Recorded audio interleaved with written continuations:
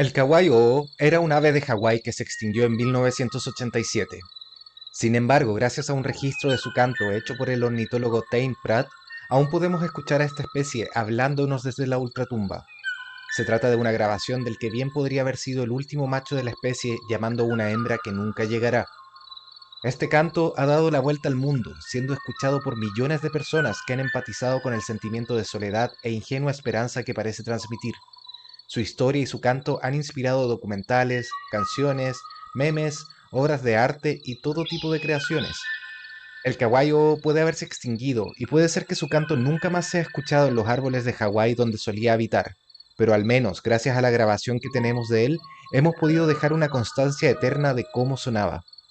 Hemos podido incluso transcribir su melodía y tocarla en todo tipo de instrumentos, de manera tal que al menos una pequeña parte de la belleza de esta ave y su canto no fue perdida para siempre.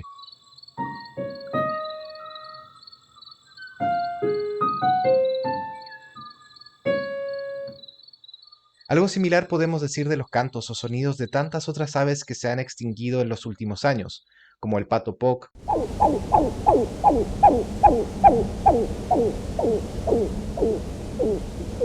la reinita de Bachmann o el abanico rojizo de Guam, entre tantos otros. Todos ellos han desaparecido, quizás para siempre, pero al menos aún podemos escuchar cómo sonaban gracias a los registros que tenemos de ellos. Pero ¿qué pasa con aquellas aves y otros animales que se han extinguido antes de que pudiéramos grabar cómo sonaban? El primer dispositivo capaz de grabar sonido, el fonoautógrafo, fue inventado en 1857. Es decir, que los sonidos de todo animal que se haya extinguido antes de esa fecha probablemente se han perdido para siempre. A modo de ejemplo, el dodo, quizás el ave extinta más famosa del mundo, se extinguió en 1662, es decir, casi 200 años antes de la aparición del fonautógrafo.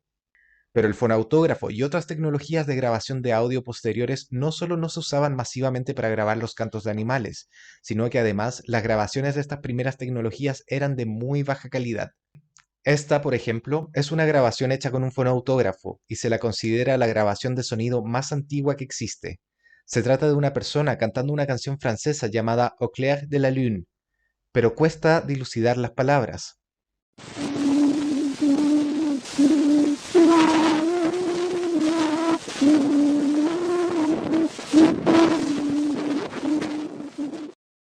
¿Cuántos cantos de aves extintas entonces se han perdido para siempre? Ya sea porque no existía la tecnología para grabarlos, porque si la tecnología existía, no se utilizó para grabar los cantos de estos animales, o en el caso de que se los hubiera grabado, la calidad de la grabación es tan deplorable que no sirve para hacerse una idea de lo que hemos perdido. La librería Macaulay es el archivo de sonido de aves más grande del mundo. Cuenta con más de 1 millón de grabaciones de audio, además de fotografías y videos. Sin embargo, incluso aquí podemos ver la dificultad de encontrar grabaciones de aves extintas, incluso de especies que se han extinguido recientemente. El zarapito fino, hay algunas fotos y videos de él, pero no hay grabaciones de su canto. El zarapito boreal, no hay grabaciones. El ave fría javanesa, no hay grabaciones. El zampullín de la loatra, no hay grabaciones. La chochita de la Stuart, no hay grabaciones. El tarro coreano, no hay grabaciones. Estas especies no se extinguieron hace cientos de años, se extinguieron entre el siglo XX y el presente, por lo que el hecho de que no existan grabaciones de ellos no solo es un reflejo de la biodiversidad que estamos perdiendo actualmente, sino que suprime prácticamente cualquier posibilidad de que existan registros de los cantos de aves que se extinguieron antes que ellas.